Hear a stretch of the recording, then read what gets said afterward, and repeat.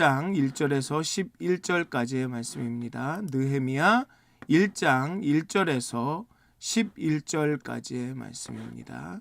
느헤미야 1장 1절에서 11절까지의 말씀입니다. 느헤미야 제1장.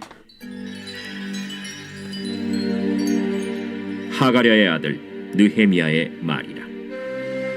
아닥사스다 왕 제20년 기슬르월에 내가 수산궁에 있는데 내 형제들 가운데 하나인 하나니가 두어 사람과 함께 유다에서 내게 이르렀기로 내가 그 사로잡힘을 면하고 남아있는 유다와 예루살렘 사람들의 형편을 물은즉 그들이 내게 이르되 사로잡힘을 면하고 남아있는 자들이 그 지방 거기에서 큰 환난을 당하고 능욕을 받으며 예루살렘 성은 허물어지고 성문들은 불탔다 하는지라.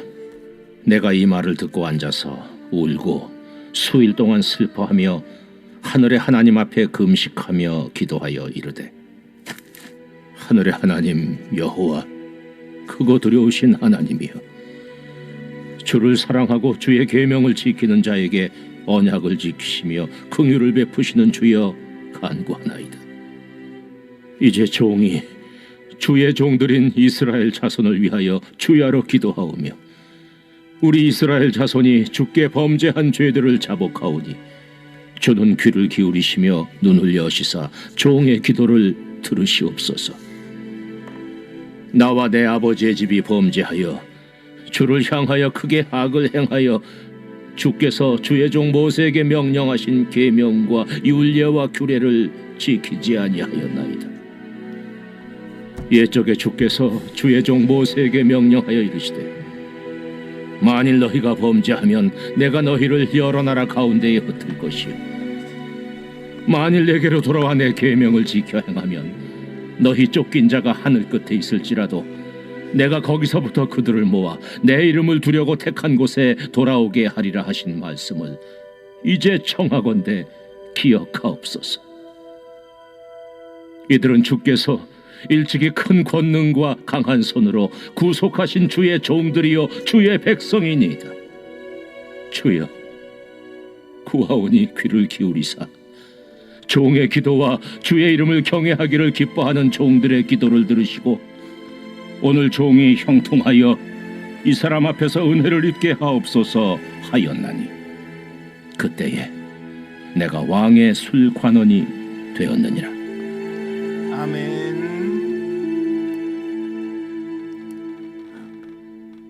몇 해 전에 한 선교사님으로부터 들은 이야기입니다.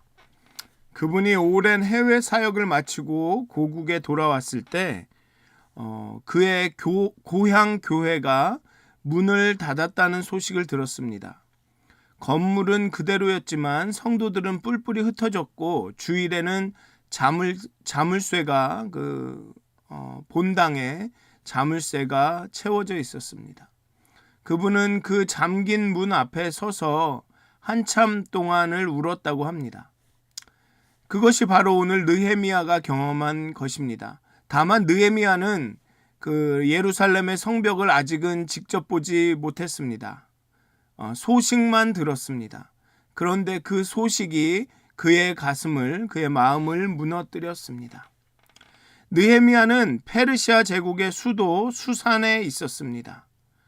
왕의 술관원, 오늘로 치면 대통령 비서실장 혹은 비서실에 있는 아주 핵심 요직입니다. 즉 왕에게 술을 드린다는 얘기는 그 술에 약을 탈 수도 있고 그렇게 암살을 할 수도 있는 그런 어떤 왕에게 접근할 수 있는 권한이 있는 사람이죠. 그렇기 때문에 이 왕의 술관원이라는 것은 왕의 최고의 신임을 얻는 사람만, 믿을 수 있는 사람만 할 수 있었습니다.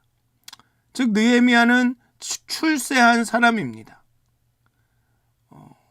비록 포로로 끌려가긴 했지만 그 페르시아 이 사회에서는 어느 정도가 아니죠. 굉장히 출세한 사람입니다. 아무 불편이 없는 사람입니다. 부족한 것도 없는 사람이죠. 그런데 형제 하나니가 유다에서 왔습니다. 여기서 형제는 정말로 혈연으로 형제일 수도 있고 아니면은 가까운 친구를 형제라고 부를 경우도 있습니다. 어쨌든 유다에서 온 이 하나니가 전한 말은 이것이었습니다. 예루살렘 성은 허물어지고 성문들은 불탔다. 여기서 중요한 것은 이것이 단순히 건물이 무너진 이야기가 아니라는 점입니다. 예루살렘 성벽은 공동체의 정체성, 하나님의 이름이 깃든 장소의 상징이었습니다. 무너진 성벽은 곧 무너진 하나님의 백성을 의미했습니다. 좀 더 이런 상징적인 의미를 더 갖고 있다라고 우리가 해석을 해야 하는 이유는 이 예루살렘 성벽이 무너진 때는 140여 년 전입니다. 140년 전이죠. 그 이전입니다. 사실 140년보다 더 전의 일입니다.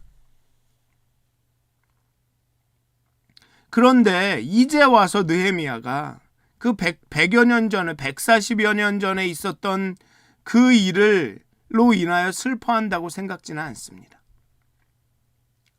좀 더 상징적으로 여전히 회복되지 않은 예루살렘과 이스라엘, 그 때문에 슬퍼한다고 해석하는 게 더 좋을 것 같습니다. 왜냐하면 기원전 536년에 스룹바벨이 사람들을 이끌고 한번 그 귀환을 했습니다. 그리고 458년, 약 80여 년이 지난 후에 그렇죠. 80여 년이 더 되는군요. 36년에 한 80년 정도 되겠네요. 80년 458년에 에스라가 영적 부흥과 예배 갱신을 위해서 말씀을 연구하고 준행하고 가르치겠다고 하고 에스라가 또 귀환을 했습니다. 그리고 이제 445년경에 느헤미야가 귀환을 하는데 약 100년, 90여 년이 지났는데 하나님의 은혜로 그 포로 생활에서 노임을 받아서 예루살렘으로 귀환을 했는데 약 90여 년 전에 귀환을 했고 또 10여 년 전에 에스라가 귀환을 했는데 여전히 뭔가가 달라지지 않은, 에스라가 그렇게 개혁을 했음에도 불구하고 성전을 복구하고 거기서 제사와 예배를 드리고 그 예배 갱신을 위해서 에스라가 돌아가서 그 말씀을 가르치면서 그들의 삶도 갱신하고 개혁하려고 그렇게 노력했음에도 불구하고 유다와 예루살렘은 여전히 달라지지 않았다. 스룹바벨이 돌아가고 90여 년 전에 그때 돌아가서 뭔가를 새롭게 성전을 세우고 했는데도 달라진 게 없고, 에스라가 아마 스룹바벨의 이야기는 직접 경험하지는 못했을 겁니다. 들었겠죠. 그리고 10여 년 전에 에스라가 갔을 때는 어쩌면 아는 사람일 수도 있습니다. 에스라가. 그리고 그의 포부와 꿈을 알았을 수도 있습니다. 내가 돌아가서 이렇게 하겠다. 그러니까 혹시나 그 예루살렘이 다시 회복되고 이스라엘이 갱신되고 개혁될 기대를 품고 있었는데 그 에스라의 개혁으로 유다와 예루살렘이 다시 서는가 싶었는데 또다시 무너지고 여전히 세워지지 않는 부분이 있는 이 현실에 실망하고 낙심하고 부끄러운 것입니다. 단순히 예루살렘 성벽이 무너진 140여 년이나 된 그 성벽을 이제 와서 안타까워할 이유가 없다는 거죠. 그렇게 하나님이 은혜를 줘서 그 포로들을 돌려보내고 개혁할 선지자를 세워서 개혁을 주도하고 그렇게 하나님의 손과 눈이 함께 하심에도 불구하고 여전히 달라지지 않은 여전히 무너져 있는 그 예루살렘 성벽에 대한 그 현실에 실망하고 낙심하고 또한 부끄러운 겁니다. 아마도 르흠과 심세가 주도해서 아닥사스다에게 올린 그 편지의 내용을 들어서 알고 있을 수도 있습니다. 그러니까 예루살렘도 이스라엘도 유다와 이스라엘도 유다와 예루살렘도 문제지만 또 그렇게 방해가 많은 그 상황에 그 예루살렘의 성벽의 재건이 좌절되었다라는 그 사실에 또 더 가슴이 아팠을 겁니다.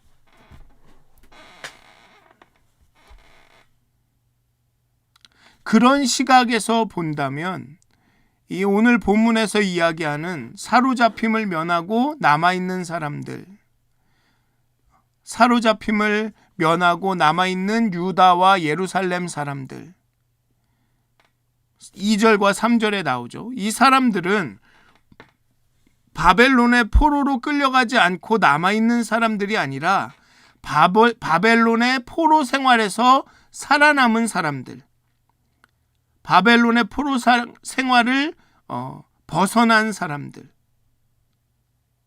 그런 의미에서의 이 귀한 공동체를 의미하는 것입니다. 단순히 예루살렘과 유다 지역에 남아있는 사람들이 아니라 이곳에 이 포로 생활을 견디고 남아서 귀환한 사람들, 그 사람들을 의미하는 것입니다. 전에도 말씀드린 것처럼 포로기 이전에는 남아있는 자가 포로로 끌려가지 않고 그 팔레스틴 지역에 남아있던 사람들이었다면 이제 이 포로기 이후에 페르시아 고레스 왕이 칙령으로 이스라엘 사람들을 본국으로 돌려보낸 이후에는 남아있는 자라고 표현될 때는 바벨론의 포로 생활을 견디고 돌아온 자들을 의미하게 됩니다.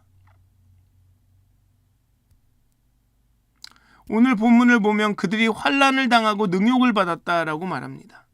어쩌면 이것은 귀한 공동체와 그 사마리아와 이스라엘 유다 지역에 남아있던 사람들 사이에 갈등과 불화를 의미하는 걸 수도 있습니다.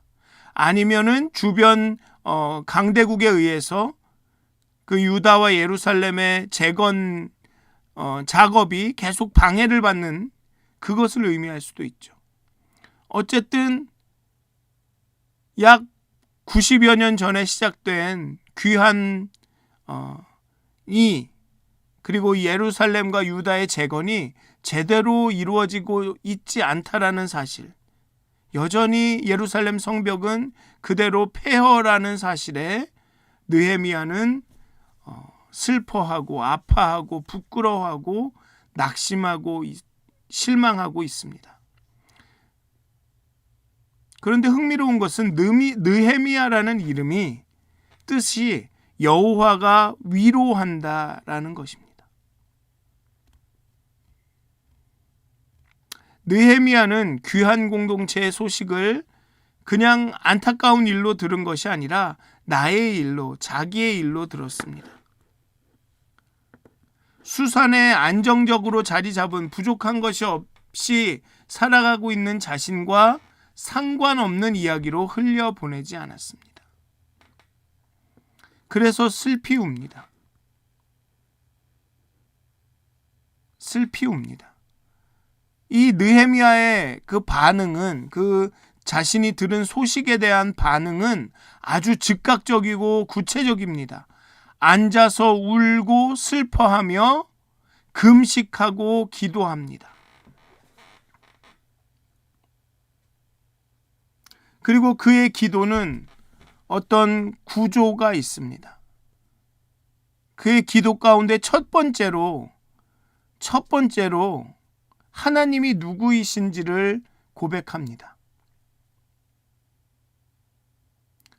하늘의 하나님 여호와, 성전의 존재 유무가 이스라엘에게는 여호와의 임재 유무를 상징했습니다. 즉 성전이 파괴되면서 여호와는 이스라엘을 떠나신 것이 되었습니다.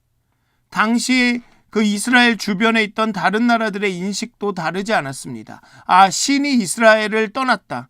신이 이스라엘을 버렸다. 그러니 이스라엘은 이제 끝이 났다. 그런데 성전이 재건되면서 여호와 하나님이 예루살렘으로 돌아오신다. 그러면 이 다른 열방들의 생각은 뭐냐면 그럼 이스라엘이 이제 회복이 되는구나. 그렇기 때문에 다른 주변 국가들이 그렇게 성전의 재건을 방해하기를 원했던 것입니다. 물론 내부의 적도 있었지만 외부에서는 성전이 재건되면 그 이스라엘의 신이 돌아오고 그럼 이스라엘이 다시 강력해져서 예전처럼 우리를 공격할 수도 있다 라는 생각에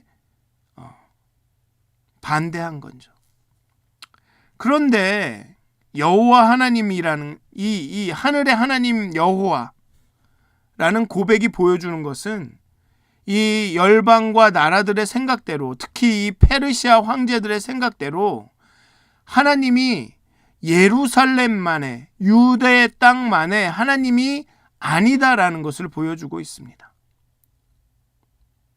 많은 사람들은 여호와 하나님은 그냥 그 이스라엘 그 팔레스틴 지역의 그 지방신으로만 여겼던 겁니다. 그러니 그 지방신에게 잘 보이면 자신의 제국이 더 잘 돌아가겠구나라는 생각에 페르시아의 황제 고레스는 칙령을 내려서 그 유다 백성들, 유다와 이스라엘 사람들을 돌려보낸 겁니다. 그런데 오늘 느헤미야가 고백하는 하늘의 하나님 여호와, 이 뜻은 무엇이냐 하면 여호와 하나님은 팔레스틴 지역에만 하나님이 아니다.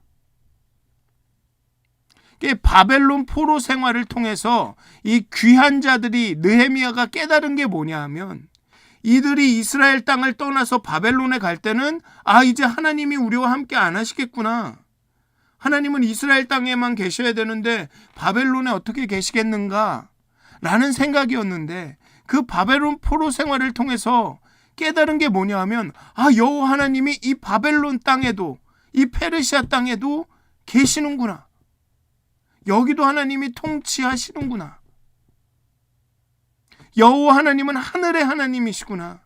예루살렘 성소만이 아니라 바벨론, 페르시아 이 포로지에도, 이 포로의 땅에도 함께 하시는 하나님이구나. 하나님은 어디나 계시는구나 라는 그 깨달음이 하늘의 하나님 여호와라는 고백에 나타나는 겁니다. 느헤미야는 하나님이 어떤 분인지를 분명히 알았습니다. 이 온 땅을, 온 나라들을 다 다스리고 계시는 하나님이라는 것을 알았습니다. 그러니 여호와 하나님의 손이 함께 하시면 이방 왕의 마음도 하나님이 바꾸실 수 있다는 것을 알았다는 거죠. 에스겔 11장 16절에 보면 이렇게 나옵니다. 그런즉 너는 말하기를 주 여호와의 말씀이 내가 비록 그들을 멀리 이방인 가운데로 쫓아내어 여러 나라에 흩었으나 그들이 도달한 나라들에서 내가 잠깐 그들에게 성소가 되리라 하셨다 하고, 하나님은 그 이방 땅에서도 그들과 함께 하셨습니다. 그것을 느헤미야는 깨달은 겁니다. 그리고 그 고백을 기도 가운데, 하나님은 하늘의 하나님이십니다. 지금 내가 여기 이 포로로 지내고 있는 이 페르시아 땅에도 하나님 계십니다. 그리고 또 고백합니다. 크고 두려우신 하나님, 언약을 지키시며 긍휼을 베푸시는 주여. 그는 자신의 요청과 요구와 필요와 자신의 소원을 아뢰기 전에 하나님의 성품을 먼저 선언합니다. 이것은 단순한 예의가 아닙니다. 위기 앞에서 하나님이 어떤 분인지를 다시 붙드는 신앙의 행위입니다. 5절의 특징은 무엇이냐 하면 여호와를 주어로 또는 사람을 주어로 번갈아 서술하고 있다는 겁니다. 여호와는 크고 두려운, 언약을 지키고 긍휼을 베푸시는, 이 표현의 주어가 여호와입니다. 근데 사람 느헤미야는 뭐냐 하면 계명을 지키고 간구하나이다. 라는 겁니다. 즉 여호와가 언약을 지키시는 분인 것처럼 그의 백성은 계명을 지켜야 한다는 겁니다. 언약이라는 것 자체가 계약 쌍방의 존재와 계약 당사자들이 그 계약을 이행할 것을 전제합니다. 그리고 하나님은 분명히 언약을 지키고 긍휼을 베푸시는 분입니다. 그런데 문제가 뭐냐면 사람 쪽에서 계약 당사자인 사람이 그 언약을 불이행했다라는 겁니다. 지키지 않은 것이 이스라엘이 주를 향하여 행한 악이고 죄라는 겁니다. 그래서 이제 그렇게 하나님의 성품, 하나님이 어떤 분이신지를 고백한 후에 그래서 이 죄를 고백하는 겁니다. 하나님은 이렇게 계약을 지키시는, 언약을 지키시는 분인데 우리가 지키지 못했습니다. 그러면서 이 죄를 공동체의 것으로, 자신의 것으로 고백합니다. 나와 내 아버지의 집이 범죄하여라고 고백합니다.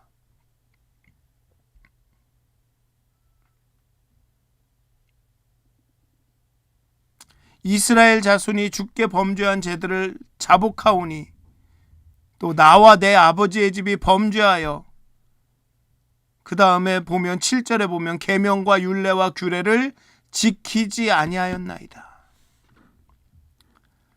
이것을 신학자들은 동일화 회개라고 부릅니다.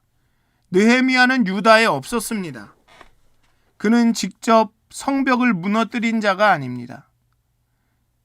그런데도 우리가 범죄했습니다 라고 말합니다. 나와 내 아버지의 집이 범죄했다고 얘기합니다. 이 느헤미야의 죄의 고백에는 특징이 있습니다. 분명하게 죄의 주체가 누구냐? 공동체의 죄, 나의 죄다라고 고백을 합니다. 그리고 그 죄를 범한 대상이 누구냐? 피해자에게 뿐만 아니라 하나님에게라고 분명히 이야기합니다. 이게 모든 회개의 공통적인 특징입니다. 다윗도 그랬고, 다윗도 보면 자신의 죄를 고백하면서 내가 오직 하나님에게만 범죄했다라고 말합니다. 정말 말도 안 되는 얘기죠. 밧세바와 우리아가 피해자인데 거기뿐만 아니라 자신은 하나님께 범죄했다라고 얘기합니다. 탕자도 그렇죠. 아버지와 또 하나님에게 범죄했다라고 돌아오면서 이야기합니다. 하나님의 법을 어긴 것 자체가 아니라 하나님과의 관계를 손상시킨 것입니다. 그게 분명하게 죄를 고백합니다. 하나님이 누구신지를, 하나님의 성품을 고백하고 그 다음에 죄를, 공동체의 죄를 자신의 것으로 고백하고 그런 다음에 하나님의 약속을 근거로 간구합니다. 하나님의 말씀을 근거로 간구합니다. 그는 신명기 28장과 30장의 말씀을 떠올립니다.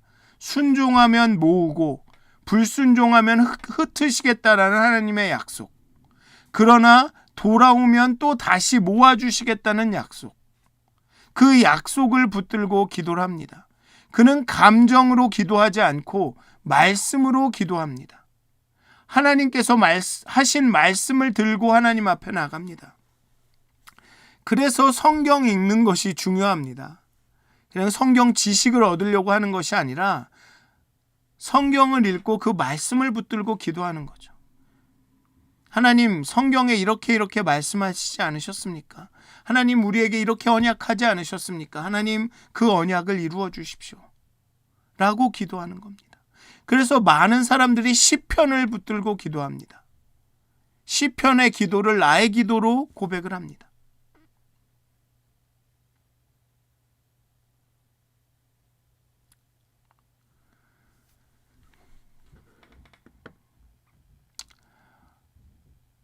(11절을) 보면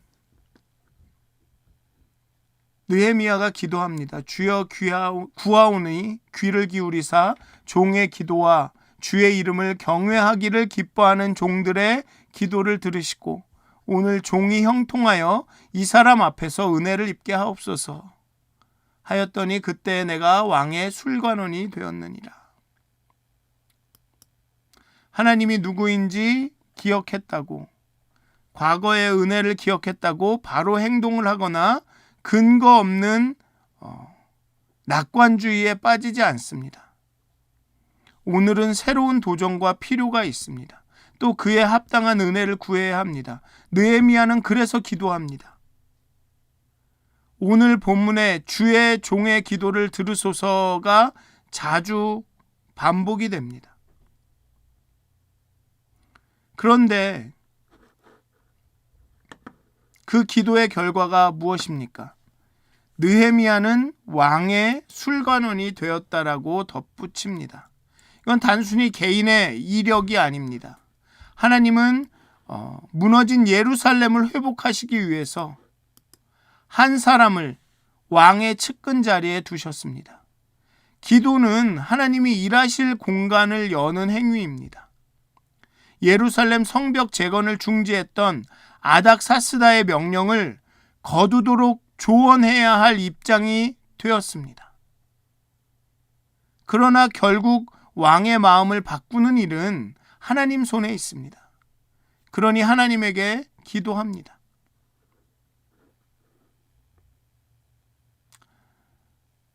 느헤미야 1장은 행동하기 전에 기도가 있었음을 보여줍니다.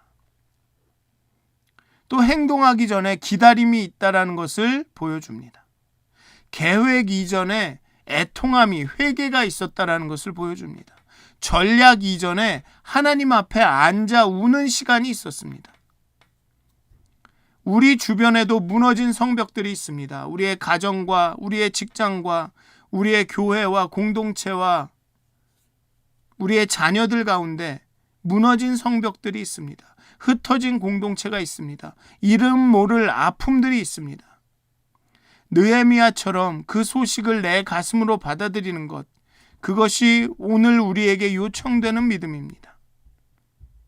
그리고 하나님이 크고 두려우신 분이며 언약을 지키며 긍휼을 베푸시는 분이라는 것을 알고 그분 앞에 나아가서 우리의 죄를 회개하고 그분의 도우심을 구하는 것, 그것이 오늘날 우리 그리스도인들이 행해야 할 그런 기도의 모습이 아닌가 생각이 듭니다. 사랑하는 미디어슨 가족 여러분, 여러분들 가운데 여러분들의 삶에 무너진 곳이 있습니까? 그렇다면 그것을 붙들고 기도하십시오. 먼저 하나님이 어떤 분이신지 고백하십시오. 그리고 둘째로 그 죄를, 그 아픔을 우리의 것으로 고백하십시오. 그리고 하나님의 말씀을 근거로 기도하셨으면 좋겠습니다.